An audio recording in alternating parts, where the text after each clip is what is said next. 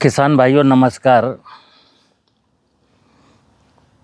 खेती में अधिकांश प्रतिदिन मैं खेती पर थोड़ा फोकस करता हूँ और मैं चाहता हूँ, मेरी जो अभिलाषा है कि देश का हर गांव समृद्धशाली हो, गांव में बेरोजगारी की समस्या ना हो, गांव के लोग, चूँकि भारतवर्ष कहते हैं भारतवर्ष की आत्मा गांव में बसती है और ये भी कहा जाता है कि भारत की खुशहाली का रास्ता गांव से होकर के निकलता है। लेकिन आज जो गांव हैं भारतवर्ष के, उनकी स्थिति बहुत दयनीय है। सिस्टम ने विकास की परिभाषा बदल दी है। गांव में सड़क पहुंच गई तो उसको लोगों ने विकास माना, पंचायत भवन बन गया, बढ़िया सा स्कूल बन गया, अस्पताल बन गया, इंटरनेट पहुंच गया। इस चीज़ को मैंने विकास माना। सिस्टम ने भी कहा मैंने डेवलपमेंट कराया और गांव के लोगों ने भी कहा डेवलपमेंट हुआ। उसके बाद गांव का किसान ज़मीन बेचने के लिए तैयार बैठा है। गांव से किसानों के बच्चे शहरों में रोजी रोटी के लिए बाहर जा रहे हैं। गांव में बीमारियां हैं, गांव में पार्टीबंदी है, लोग एक दूसरे के खून के प्यासे हैं और हमने कहा गांव का विकास हो गया। विद्यालय हैं, शिक्षक हैं, लेकिन शिक्षा का स्तर बहुत खराब है। कारण है कि हमने सोचा कि मिड डे मील एक डेवलपमेंट का हिस्सा है। पंचायती राज अधिनियम लागू होने के बाद ऐसा हुआ कि गांव के लोग अपने गांव का डेवलपमेंट करें। कौन करेगा? गांव का मुखिया, सरपंच, जिसको जनता चुनेगी, उसको फंड दिया जाता है और वो ये माना जाता है कि अब ये गांव का विकास करेगा। जो सरकारी व्यक्ति है उसको भी नहीं पता कि विकास क्या होता है और ना सरपंच को पता विकास क्या होता है। सिस्टम जो डेवलपमेंट के नाम पर पैसा देता है उसमें एक ही इशू होता है, बुरा मत मानना, इसमें से कौन कितना खा सकता है। आज मैं बात कर रहा हूं देश के किसानों से, देश के युवाओं से कि अगर आप को विकास की सही परिभाषा आपने नहीं समझी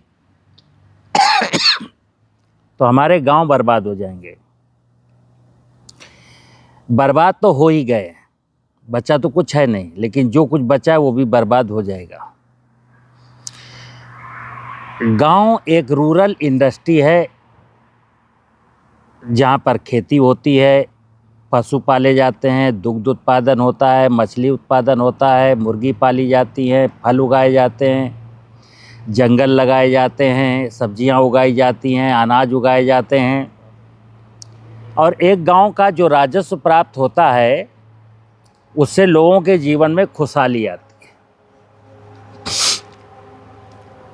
खेती बंजर होने की कगार पर है। गांव के जलाशयों में जाने कब कब्जे हो गए, गांव के कुएं सूख गए, गांव का खलिहान खत्म हो गया, गांव के खेतों में खड़े हुए पेड़ कट गए,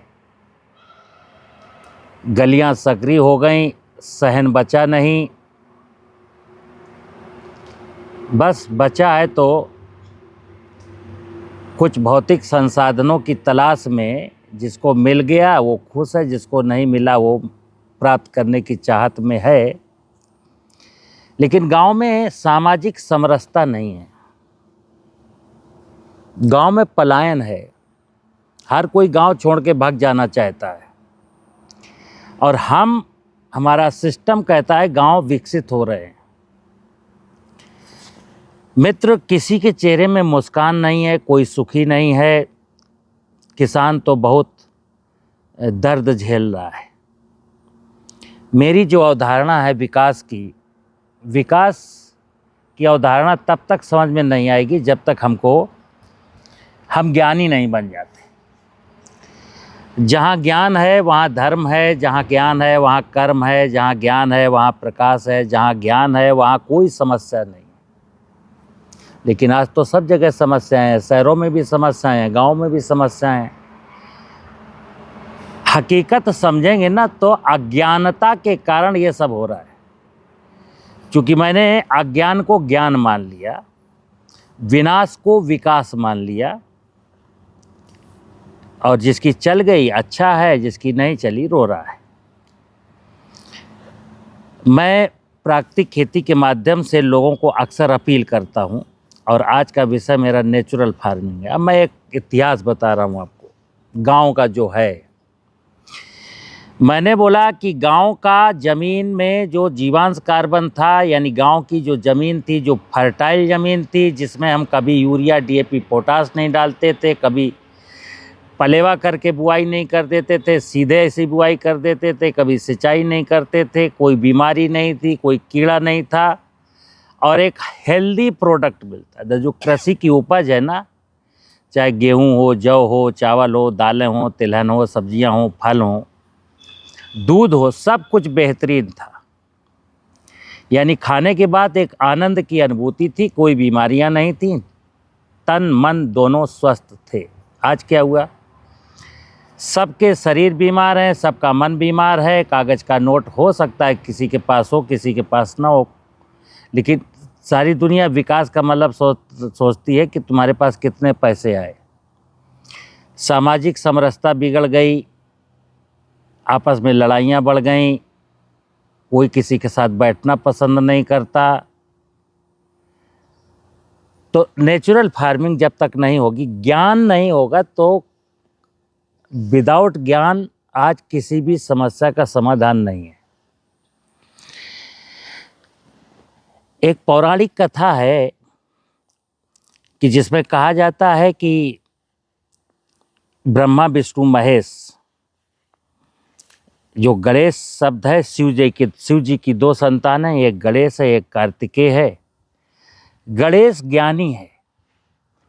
जब शिव जी ने कार्तिकेय गणेश को बोला कि जो धरती की परिक्रमा करके पहले आएगा वो मेरा प्रिय पुत्र कहलाएगा, तो कार्तिकेय मोर पर बैठ के गए। अब समझना बात को, हम लोग कितने अज्ञानी हैं, किसी भी विषय को समझने का हमारे अंदर जज्बा ही नहीं रहा। क्या मोर किसी मनुष्य को बिठा सकता है अपने ऊपर? मोर तो खुद उड़ने में असहाय है। तो एग्जैक्टली क्या है कि कार्तिकेय जो है ना, दौड़ करके गए, मोर की तरह दौड़ने का प्रयास किया और जल्दी से धरती की परिक्रमा करके आ गए। अब कहा जाता है कि चूहा गणेश जी की सवारी है। कल्पना करना, क्या चूहे पर कोई मनुष्य बैठ सकता है? कितना नन्हा सा चूहा है और 80-90 किलो का आदमी है, चूहे पर कैसे बैठ लेगा? लेकिन हमको कथा भागवत में ये सुनाया जाता रहा और हमने उसको मानस पटल में बिठा लिया कि कार्तिकेय की सवारी मोर और गणेश की सवारी चूहा। ये किस संदर्भ में बात कही गई? चूहे की हैबिट आप देखते होंगे, चूहा डायरेक्ट तेजी के साथ नहीं दौड़ता, थोड़ा सर्चिंग करता है, सूंघता है। तो गणेश जब धरती की परिक्रमा करने गए तो धरती को वाच करते हुए गए, कहाँ क्या है। लौट के चूंकि कार्तिकेय दौड़ के गए तो पहले आ गए शिव के पास और बोले कि पिताजी देखिए मैं जीत गया। अब यहाँ पर जो शिव जी ने परिक्रमा शब्द बोला ना, परिक्रमा का मतलब क्या होता है? तो कार्तिकेय ने परिक्रमा का मतलब सोचा कि बस घूम के आना है। गणेश परिक्रमा को जानते हैं कि परिक्रमा का मतलब है कि जिसकी परिक्रमा करने जा रहे हैं उसका संपूर्ण अध्ययन करके आना है। तो गणेश जी बाद में आए, संपूर्ण धरती का अध्ययन करके आए। जब दोनों आ गए तो तब शिव जी ने कहा कार्तिकेय से कि बताइए धरती की परिध कितनी है, धरती में धातुएं कितनी है, धरती में पानी कितना है, धरती में वनस्पतियाँ। कार्तिकेय को कुछ नहीं पता। गणेश जी से जब सवाल हुआ तो गणेश जी ने सब कुछ बता दिया। तो पौराणिक कथाओं में लिखा गया कि तब देवी देवताओं ने मनुष्य से अनुरोध किया कि अगर आप पूजा शुरू करना तो सबसे पहले पूजा गणेश की करना, क्योंकि गणेश आपको हर विषय का सच बता सकते हैं। और गणेश का मतलब ज्ञान है। लेकिन मनुष्य ने क्या किया, आप देख सकते हो हर मठ मंदिर में, मंदिर चाहे शिव का हो, राम का हो, विष्णु का हो, ब्रह्मा का हो, दुर्गा जी का हो, किसी का भी हो, हर मंदिर के बाहर खंभे में एक गणेश की मूर्ति चिपका दी गई। पहले हम उसको शीश नवाते हैं और फिर मंदिर के अंदर जाते हैं। यानी कि जो संदेश था वो संदेश हमने फिर भी नहीं समझा। संदेश ये था कि आप मंदिर जाने का औचित्य क्या है, पहले औचित्य पता करना तब मंदिर जाना, यानी ज्ञानी बनना कि क्यों जा रहे हैं हम जीवन में, जो कुछ भी काम करें क्यों कर रहे हैं, इसका मतलब है ज्ञान। अब ज्ञान को मैं लेता हूं सनातन से, क्योंकि ज्ञान है क्या। अब किसी को फिजिक्स का ज्ञान है, केमिस्ट्री का ज्ञान है, बायोलॉजी का ज्ञान है, जूलॉजी का ज्ञान है, इतिहास का ज्ञान है, भूगोल का ज्ञान है। तो क्या ज्ञान है? जो आपको पढ़ाया गया है बस वो आपने रट लिया है। इसको कहा गया है कि वो उन्होंने एमए कर लिया, एमएससी कर लिया, पीएचडी कर लिया, जबकि ये व्यक्ति अज्ञानी है। क्योंकि यहाँ फिर आया कि ज्ञानी का मतलब जो डिग्री ले आया वो ज्ञानी है, जो डिग्री नहीं ले आया वो अज्ञानी है। हकीकत क्या मित्र, शिक्षा का ज्ञान से दूर दूर का कोई रिश्ता नहीं। ज्ञान अलग चीज है, शिक्षा अलग चीज है। तो ज्ञान है क्या? ज्ञान कहता है कि तुम जिस व्यवस्था ने तुमको जन्म दिया, तो सब जानते हैं कि आपको किस व्यवस्था ने जन्म दिया, तो कहते हैं छित जल पावक गगन समीरा, पंच तत्व मिल बना शरीरा। हमारा जन्म धरती पानी हवा आकाश अग्नि से हुआ है। तो इससे बड़ा सत्य क्या हो सकता है, इससे बड़ा ज्ञान क्या हो सकता है कि मुझे ये तो पता रहे कि मुझे जन्म देने वाले 5 महाभूत हैं या 5 देवता हैं या 5 भगवान हैं। अब उनको 5 महाभूत मैं कह लूँ, 5 देवता कह लूँ या मैं भगवान कह लूँ। क्योंकि अगर आपने 5 महाभूत को भगवान नहीं माना तो फिर अज्ञान क्या है। देखिए, आप कहते हैं मेरा रचयिता भगवान है, और किसका रचयिता? मेरे शरीर का रचयिता भगवान है। और शरीर के अंदर जो आत्मा है, कहते हैं प्राण प्रतिष्ठा, तो इस शरीर के अंदर जो प्राण प्रतिष्ठा की वो परमात्मा का अंश है। शरीर तो धरती पानी हवा आकाश अग्नि से मिला है, और धरती पानी हवा आकाश अग्नि ही इस शरीर को पालती है। हमको दिन में 21,000 बार श्वास लेने की ऑक्सीजन चाहिए, हमको 10 बार पीने का पानी चाहिए, हमको 2 बार भोजन चाहिए, तो कौन देता है? ये 5 महाभूत, और 5 महाभूत की रचनाएं 84 लाख योनियां। क्योंकि 5 महाभूत ने जब जीव जगत की रचना शुरू की तो मनुष्य पहले नहीं आया। 3 करोड़ 40 लाख साल लगे, तब ये धरती में 84 लाख योनियों की उत्पत्ति हुई, और लास्ट में मनुष्य योनि की उत्पत्ति हुई। और मनुष्य के बारे में कहा गया तू ज्ञानावतार है, यानी तू इस धरती का सबसे खूबसूरत रचना है। अब मित्र हुआ क्या कि ये सत्य लोगों ने छुपा दिया, दबा दिया, इसके ऊपर असत्य का चादर डाल दिया, और असत्य की चादर पर लिख दी यही सत्य है। यानी हम एक चादर को सोचते ये सत्य है। तो ज्ञान जो शब्द है, ज्ञान है कि हम अपने उस पिता को जाने जिसने मुझे पैदा किया, उस माता को जाने जो मुझे पालती है। तो अब देखिए आप, वेदों में जो वर्णन है, और मैं चैलेंज के साथ कहता हूं कि अगर मेरी बात को कोई काट सकने की हिम्मत रखता हो तो आ करके मुझसे बात कर सकता है, शास्त्रार्थ कर सकता है। एग्जैक्टली क्या है कि ये जो धरती है ये आदि पिता सदा शिव है। शिव जो है वो ये धरती है, और धरती का मतलब पूरा ग्लोब। अब मैं कहूँ हिंदुस्तान की धरती, कल मैंने एक वीडियो बनाई जिसमें कहा था सनातन पर सबकी ठेकेदारी और सारे लोग सनातनी हैं। अपने अपने देश की धरती की रक्षा करनी है, सुरक्षा करनी है, धरती को फर्टाइल बनाना, धरती को उर्वर बनाना है। जब पूरी धरती समृद्धशाली होगी तब इंसान के चेहरे में मुस्कान आएगी। तो आदि पिता सदा शिव का मतलब है धरती शिव मेरा पिता है, और धरती के ऊपर जो वनस्पतियां हैं 20 लाख प्रकार के वनस्पतियां हैं, ये मेरी माँ है। और जब माँ शब्द बोलता हूँ, जैसे पिता मैंने बोला, धरती पिता है किसका? हमारा ही नहीं, सारे जीवों का पिता धरती है। और सारे जीवों की माँ है वो माता पार्वती, यानी वनस्पतियाँ हैं। किसी भी जीव को जरा देखना कि उसका पालन कैसे होता है। कोई भी जीव होगा तो क्या किस पर डिपेंड है? सारे के सारे जीव वनस्पतियों पर ही डिपेंड है। कुछ जीव घास खाते हैं, कुछ झाड़ियाँ खाते हैं, कुछ बड़े बड़े वृक्ष खाते हैं, कोई अनाज खाता है, फल खाता है, कंद मूल खाता है। तो हमारा लालन पालन कौन कर रहा है? वनस्पतियाँ। अब जब मैं खेती की बात करता हूँ तो मैं कहता हूँ कि किसान भाइयों, 2 चीज़ों पर विचार करना। हम कोई भी फसल बोएंगे तो धरती के ऊपर बोएंगे, और धरती को क्या कहा गया? एक और पौराणिक कथा है कि एक बार समुद्र मंथन हुआ, समुद्र मंथन से विष निकला, सबसे पहले विष निकला। एक्चुअल क्या, समुद्र मंथन का जो स्वरूप आप देखते हैं ना, कि वो एक मेरू पर्वत की मथानी बनाई गई, वासुकी नाम का नाग था, उसकी रस्सी बनाई गई।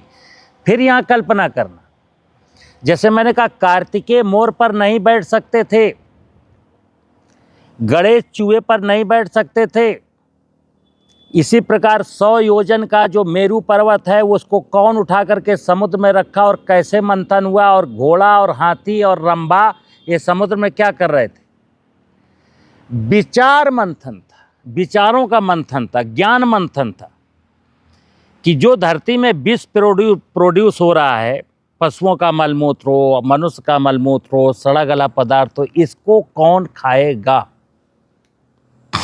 इसी पर लड़ाई हुई थी। तो शिव जी ने वचन दिया था इसको मैं खाऊंगा, और इसके बदले में सबको, राक्षसी प्रवृत्ति के लोग हों चाहे देवत्व प्रवृत्ति के लोग हों, सबको अमृत दूंगा। माने कि जितना भी कचरा है जो मनुष्य के उपयोग में नहीं है और जैव पदार्थ है, वो सब धरती में लौटाना है। इसको मैं कहता हूँ कार्बन को बढ़ाना, जमीन में कार्बन को बढ़ाना। जितना ज़्यादा कार्बनिक पदार्थ डालेंगे उतना ज़्यादा कार्बन बढ़ेगा, और कार्बन और कार्बनिक पदार्थ किसका भोजन है? शिव के गण। जमीन पर रहने वाले जितने भी जीव जंतु हैं सब शिव के गण हैं। सांप, बिच्छी, चींटी, चींटा, नेवला, केंचुआ, दीमक, गुबरैला, माइक्रो ऑर्गेनिज्म, ये सब शिव के गण हैं। ये क्या करेंगे? ये वो जो कार्बनिक पदार्थ है ना, उसको उथल पुथल करेंगे, उस पर जीवन यापन करेंगे, और फिर ये मरेंगे तो इनके मरे हुए शरीर से जो जीव द्रव्य निकलेगा उसको कहते हैं जीवांश। जीव इसी पर पैदा होते रहेंगे, मरते रहेंगे। आपका काम केवल कार्बन डालने का, कार्बनिक पदार्थ डालते रहिए, और शिव के गणों को पेस्टिसाइड डाल के मत मारिए। तो क्या होगा? जमीन में जीवांश बढ़ेगा। और जीवांश क्यों ऐसा शिव क्यों कर रहे हैं? क्योंकि शिव माता पार्वती के प्रति, पार्वती की चिंता है। भाई पार्वती के पति है ना, तो पति को तो पत्नी से मोहब्बत होगी। माता पार्वती को कैसे भोजन मिले? क्यों मिले? क्योंकि माता पार्वती को ईश्वर ने कहा है, वनस्पति जगत को ईश्वर ने कहा है कि इस धरती पर रहने वाला कोई भी जीव भूखा ना मरने पाए, और सबको बेहतरीन किस्म का फूड मटेरियल मिले। अब इंसान को ये समझना चाहिए था। कहानी इतनी सी है, ना कहीं ज़मीन में प्रॉब्लम है, ना कहीं कोई प्रॉब्लम नहीं है फर्टिलाइज़र की, ज़मीन के बंजर होने की या इंसेक्ट लगने की, बीमारी लगने की। ये तो पूरा सिस्टम टेक्नोलॉजीज ने क्रिएट किया है अपने लालच के लिए। तो गांव में मैं बात कर रहा था, गांव में खुशहाली हो, गांव में संपन्नता हो, गांव में सहकार हो, कब होगा समझना।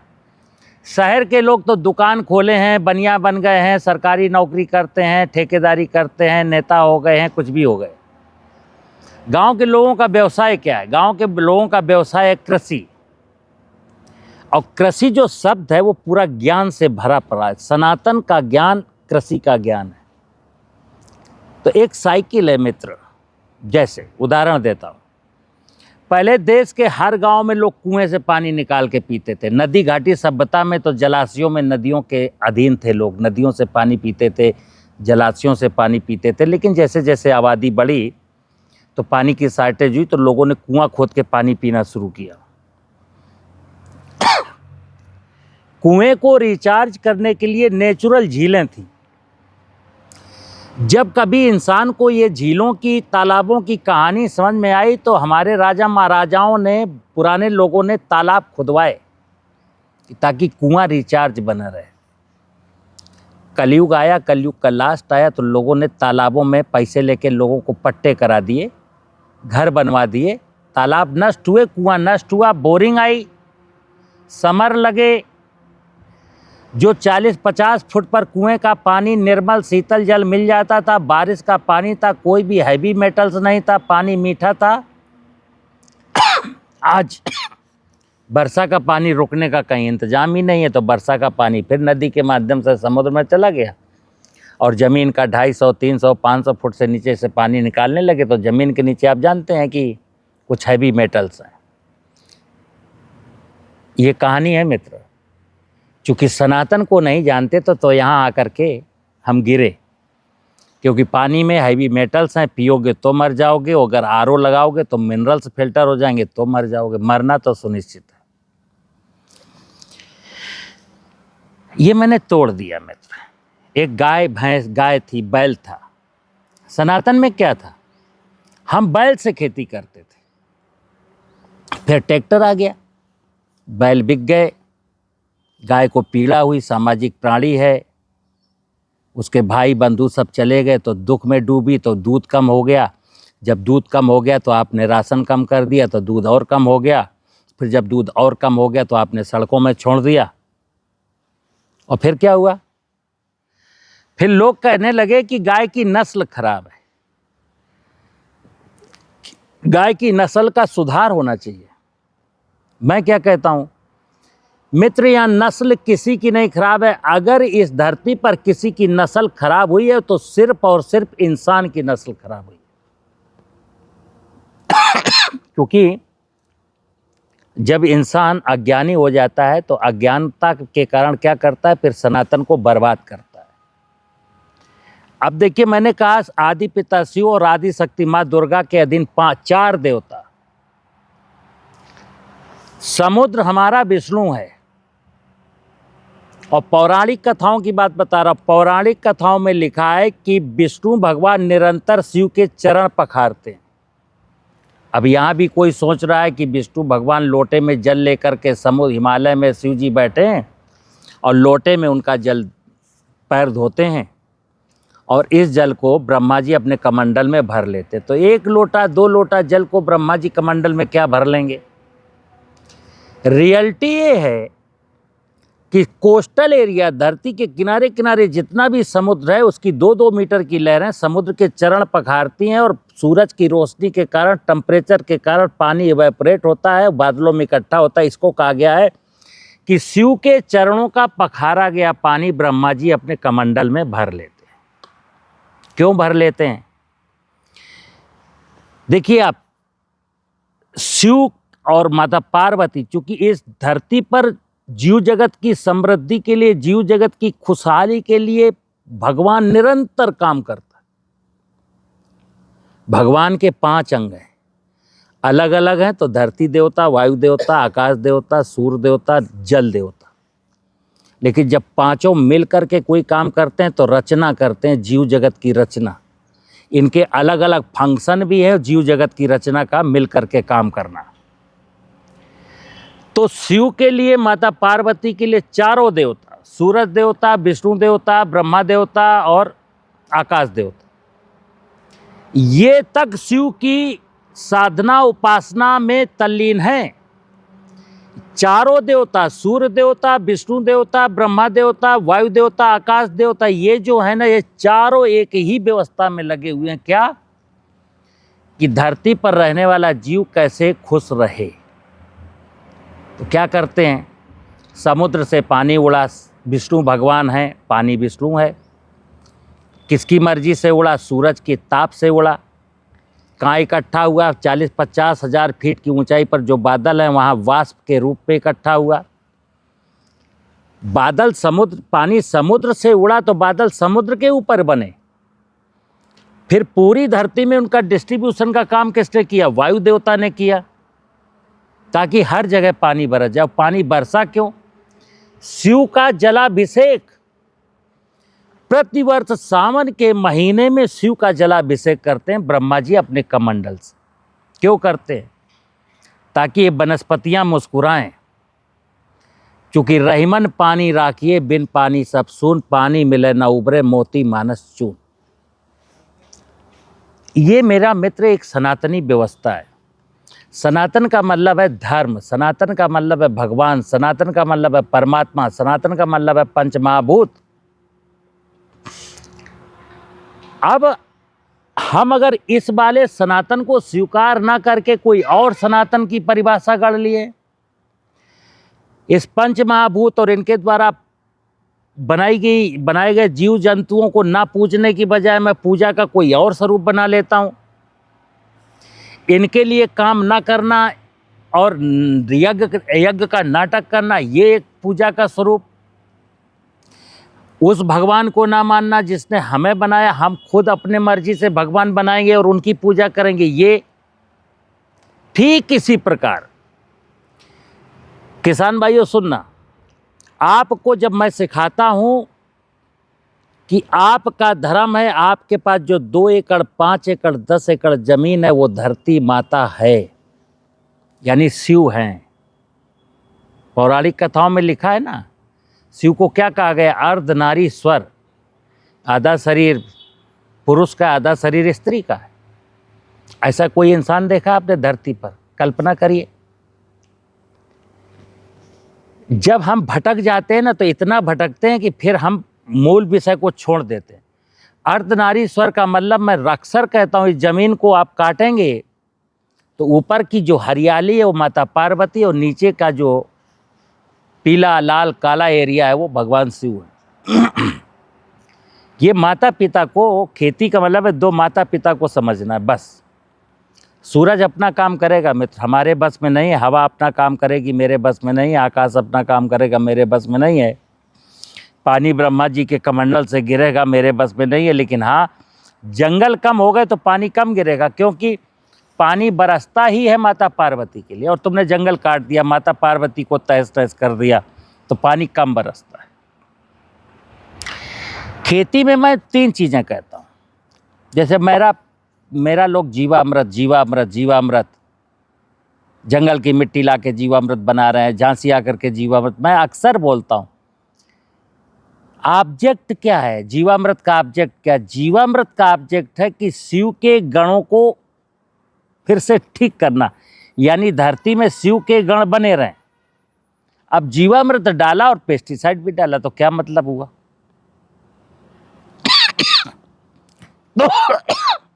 या जीवामृत डाला, शिव के गणों को भोजन चाहिए और कार्बनिक पदार्थ नहीं डाला, तो क्या होगा? इसलिए मैं कहता हूं, जमीन में अधिक से अधिक कार्बन डालिए। जंगलों का उदाहरण भी देता हूं कि जंगलों में आखिर क्यों किसी वनस्पति को पानी की, फर्टिलाइजर की ज़रूरत नहीं है, वहाँ किसी वनस्पति को कोई बीमारी क्यों नहीं लगती, वहाँ वनस्पति को कोई कीड़ा क्यों नहीं लगता? क्योंकि वहाँ की बायोडाइवर्सिटी जिंदा है। मित्र, फिर बता दूँ, मनुष्य को किसी भी भगवान के द्वारा रचित किसी भी इकाई को मारने का अधिकार ही नहीं है। बावजूद इसके प्रकृति की व्यवस्था अपने आप में सब मेंटेन करती है, किसको कितना रहना चाहिए, किसको कब मारना है, किसको कब पैदा करना है, किसकी संख्या कितनी होनी चाहिए, ये भगवान की लीला है। आज हमने भगवान के कामों को अपने हाथ में ले लिया और कहा कि भगवान तू कुछ नहीं जानता, मैं तुझसे ज़्यादा पढ़ लिख गया हूँ, क्योंकि मैं एमएससी एजी हूँ, मैं साइंटिस्ट हूँ, मैं वैज्ञानिक हूँ। बस यही आपकी गलती है।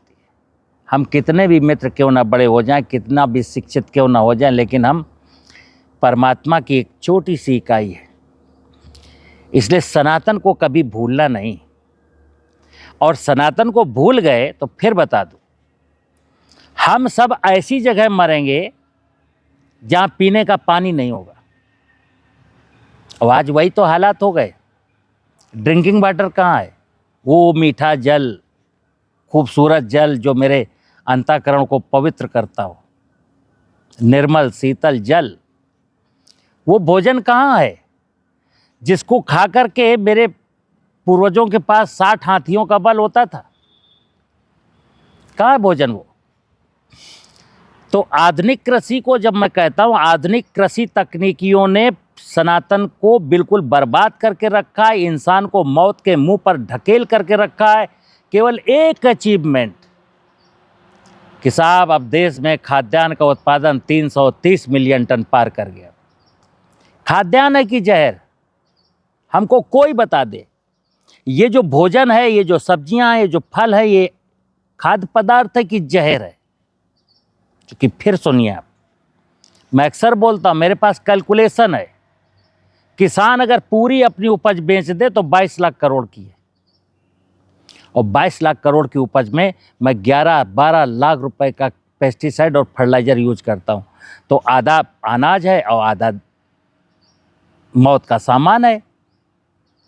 अब इसके बाद अगर कोई ये 60-70 हज़ार रुपए का पेस्टिसाइड सब्जियों में डाला गया, 1-1.5 लाख रुपए का पेस्टिसाइड 1 एकड़ में फलों में डाला गया, और खाद्यान्न फसलों में भी मैं 5-6 हज़ार रुपये प्रति एकड़ के हिसाब से पेस्टिसाइड, यूरिया, डीएपी डाल दिया। अब ये खाद्यान्न है कि मौत का सामान है? इसीलिए हर व्यक्ति बीमार है। अब मैं बात गांव की कर रहा था, तो मैं गांव के लोगों से निवेदन करता हूँ, मैं चाहता हूँ कि मैं यहाँ अभी ट्रेनिंग सेंटर शुरू करने वाला हूँ फरवरी से, कि गांव के युवा मेरे पास आए और वो अपने गांव को संपन्न बनाए। ऐसा गांव, सुनना कैसा गांव, मेरी परिकल्पना क्या है, एक ऐसा खूबसूरत गांव जहां बाजार से कृषि निवेश कोई न लाता हो। दूसरा, वहां का जो कृषि उपज है बनिया खुद खरीदने आता हो, किसान मारा मारा ना भटके, ट्रैक्टर ट्राली में गेहूं लाद करके मंडी में पहुंच गया।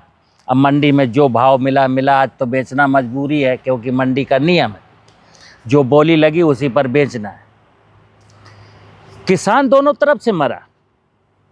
जब वो रोटावेटर, कल्टीवेटर, इंसेक्टिसाइड, फर्टिलाइजर लाता तो कोई बार्गेनिंग नहीं कर पाता, लेकिन जब उसका सामान कोई लेता तो बार्गेनिंग करता है।